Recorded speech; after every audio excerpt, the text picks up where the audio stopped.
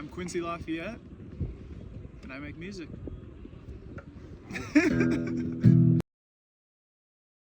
Started making music when I was 6 years old.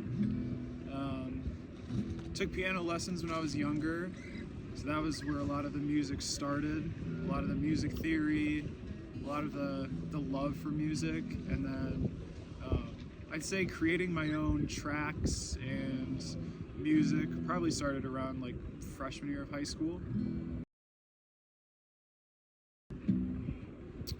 I think just being around it my whole childhood. I think my parents had a pretty big influence on just playing the most wide range of music genres, from like Johnny Cash to Santana to Mace to Stevie Wonder, Michael Jackson, listening to like the Rent soundtracks, the Wicked soundtrack. So just got introduced to so much different music and just fell in love with a combination of all of it, really.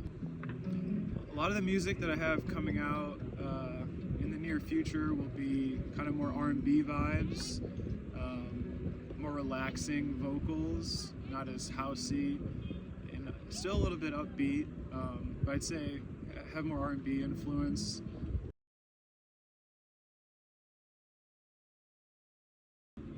This is very new, but Amalou, the way that her vocal is very front-facing. She has one of the most amazing voices I've ever heard.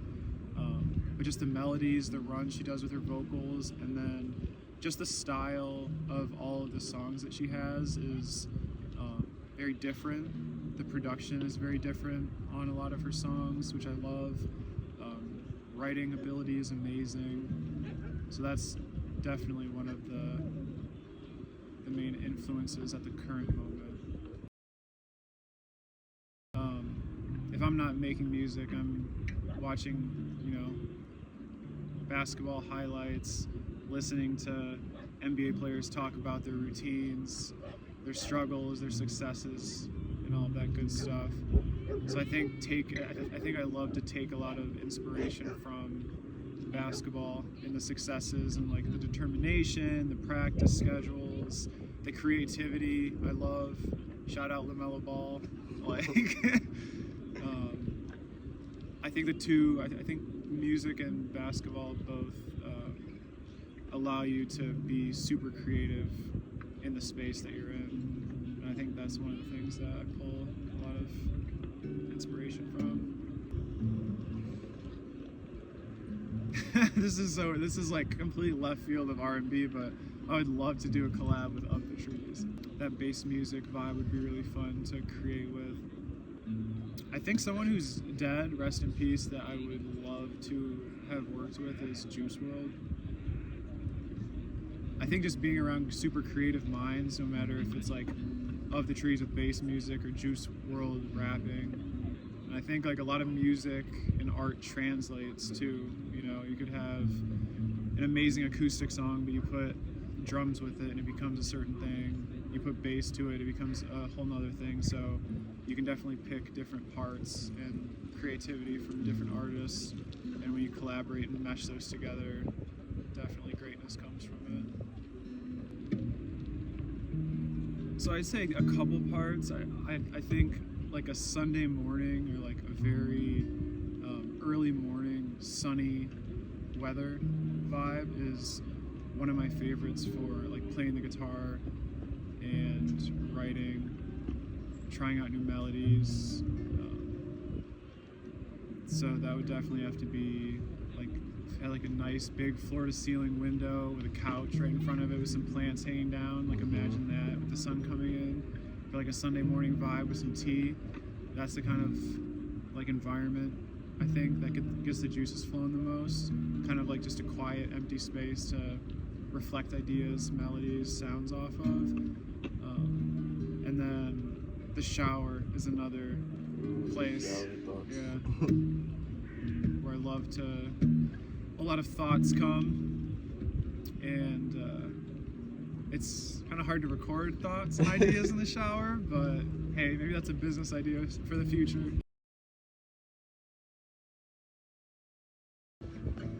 I think just being calm within yourself, finding something that allows you to just let go, not stress about stuff. You can kind of like rabbit hole into your own world. Just any sort of passion, activity, whether it's meditation, running, I know is a big one for a lot of people, to kind of get that like clear head. I think just nature in general, just like being out here, being on the grass, being by the ocean is another one. Definitely helps like ground you. Yeah. Feel free, feel the vibe, feel everything that we can't really see. Yeah, I think that's where a lot of the love of bass music comes into, because if you just close your eyes, and a lot of times you can just feel it like pulsing.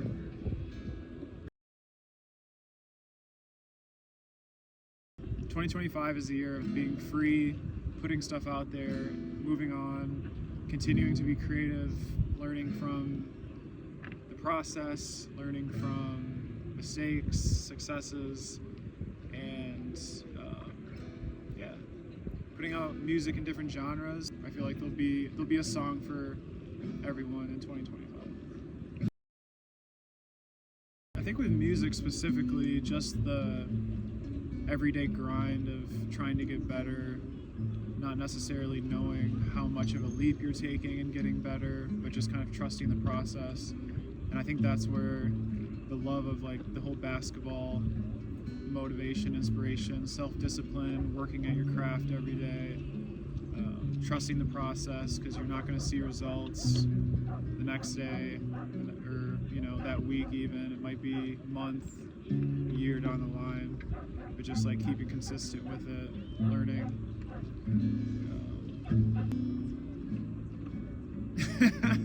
If I'm being completely honest, the music industry is going to be dead soon, but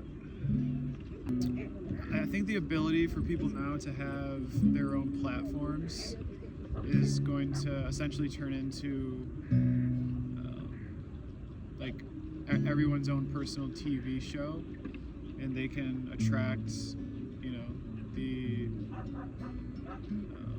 the fans, attract the people who are interested in their life and their music, and really just kind of hold that for themselves and be more connected with their fans instead of going through the label, going through other avenues.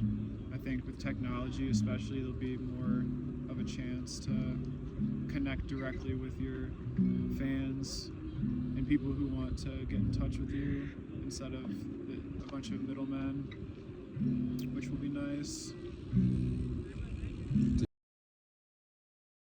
So I did set up a website, QuincyLafayette.com, and there you can sign up for a newsletter, which I will send out once to 2 times a month with different updates on song releases, maybe projects that I'm working on that I may need help with, lyrics or different sounds.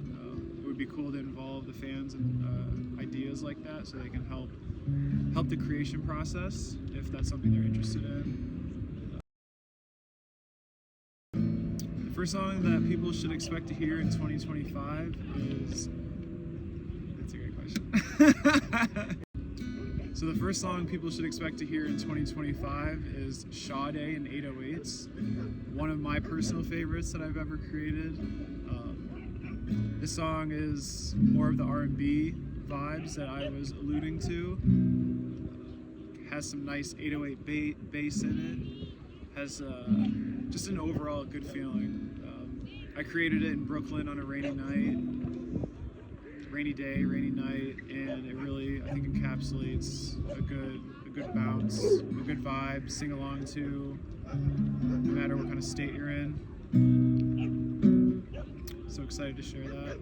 Sade and 808s definitely is a song of self-reflection, whether that's in a relationship, whether that's you arguing or having a tough time making a decision with yourself. That's where a lot of the song comes from. kind of talking about that struggle, as well as how to, kind of overcome it, and the randomness and the chaotic nature of the mind, and pulling from different ambient sounds coming in and out. So the songwriting process is pretty melody and phonetic based. So what I'll do is, once I have a beat, or I produce a beat, we're working with a producer and we were going through songs, I like to just hum, babble, mumble over it, different melodies, different rhythms, and then I kind of find the ones that sound the best, sound the most natural to the ear, and then I try to write lyrics around, come up with a theme, and then write lyrics around that, like rhythm, melody, the way certain vowels and words sound in different places. Madison Ward. Shout out Madison Ward. Oof. Honestly, probably the most soulful voice I've heard, I want to say ever, but yeah, she would definitely be someone who I would love to write for. Chamomile, and this song is kind of a lo-fi, slower R&B ambient type of song, and the theme of it is just kind of being in a hazy room, specifically in a relationship, kind of talking about going back and forth between different conversations, different feelings. So the feeling of chamomile, part of it is just the confusion of being in a relationship and maybe not being 100% certain what the other person is thinking, how they're feeling, how you're feeling about a certain situation, maybe not being on the same page, and kind of encapsulating all of that into a nice rainy night, sipping tea. You can imagine like a neon room in Japan with some fluffy couches. That's definitely the vibe of chamomile. Chamomile is not my favorite tea. Favorite tea would have to be lemon ginger. Huge lemon ginger guy. Floating. So this song, I'm actually working with a producer, FDMA, and he's been amazing so far. Great producer, does a lot of deep house, and the song's theme, Floating, obviously, aims to kind of give a feeling of just vibing out, floating, feeling weightless, not being held down. It's intended to be a very fun track, maybe here at a festival and kind of, vibe out with your friends. So very excited to share that. So have been in Berlin for 3 months now and have made some good connections in the music scene, producers, singers, other artists. So definitely excited to expand on that network and hopefully put together some more collaborations for 2025. First time living in Europe, coming from Brooklyn, New York, which was absolutely amazing. I think Brooklyn really helped pull out some of that R&B, more slow music, vibey music into what I wanted to create. So shout out Brooklyn, Bed-Stuy. I don't know anymore. Home is where the heart is.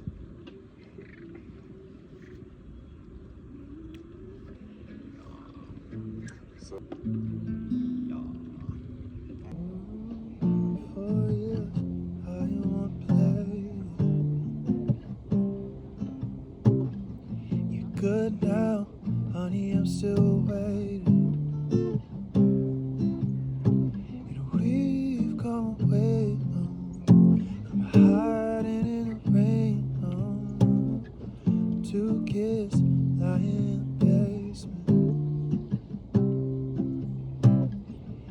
every time I run away, you never fall behind. And every time I'm feeling safe, you gotta wrong that right.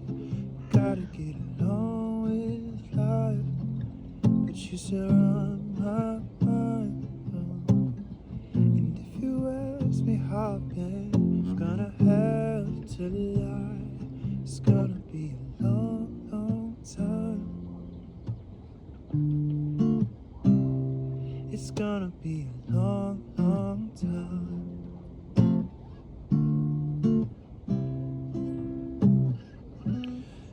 Lost in space, dancing on the Milky Way. High of a love,